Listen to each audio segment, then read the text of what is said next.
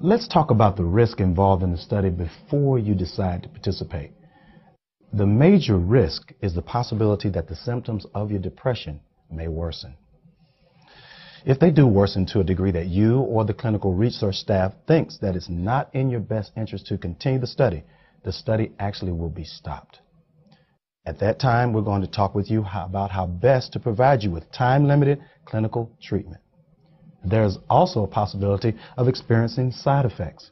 Now, the most common side effects of compound X include dizziness, restlessness, tiredness, nausea, and headache, which are generally temporary and go away on their own. But should you experience any side effects that don't go away, just call us immediately at the number provided here on the consent form, and that's staffed 24 hours every day.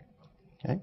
Because you're going to have blood work done as a part of the study, you'll need to know the possible effects of blood draws. They may consist of bruising, numbness, or infection in the area where the blood was drawn. If you develop these symptoms, they will be treated if needed. Other possible side effects of blood draws are lightheadedness and dizziness. I have become faint in the past when my blood was drawn. Well, I'll note that, and we'll make sure that you're lying down when we draw your blood. You can withdraw from the study at any time and for any reason. Now, I may also end your participation in the study if I feel that the study has become too difficult for you, or if the symptoms have become too severe. Okay. Okay. There are no direct medical benefits to you from participating in this study, and we hope this research will help others with depression in the future. If Compound X works for me, can I continue to use it after the study is over? Compound X is an investigational drug. It's not approved by the FDA and is therefore not available in the community.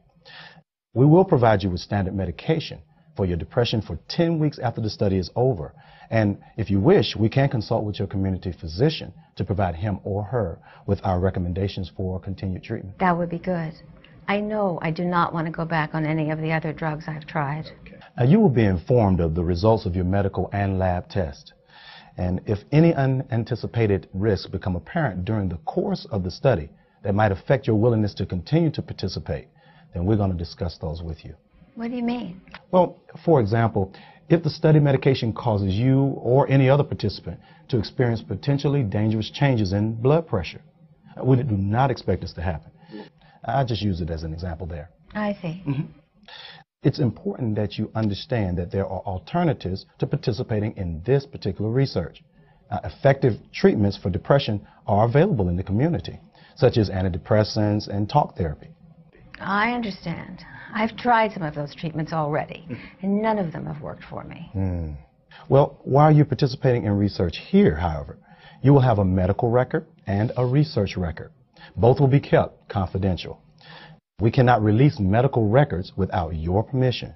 However, because we are a federal facility, there are several agencies, such as Congress and the FDA, that may have access to your medical records under certain unusual circumstances, such as a review of the protocol itself that we use.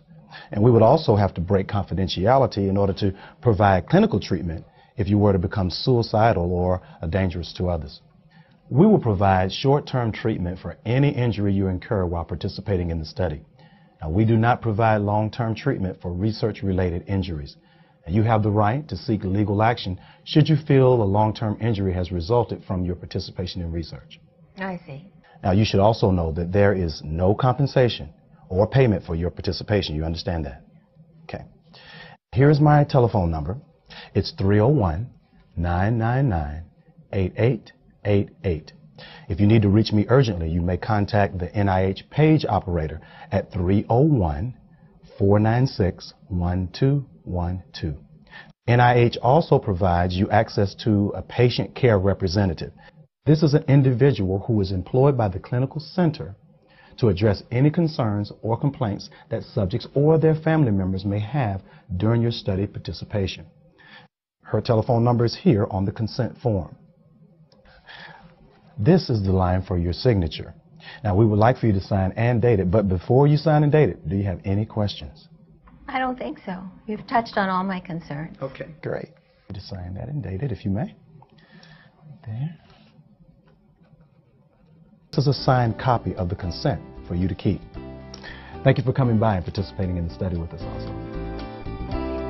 You've just seen the essential elements contained in an effective informed consent procedure.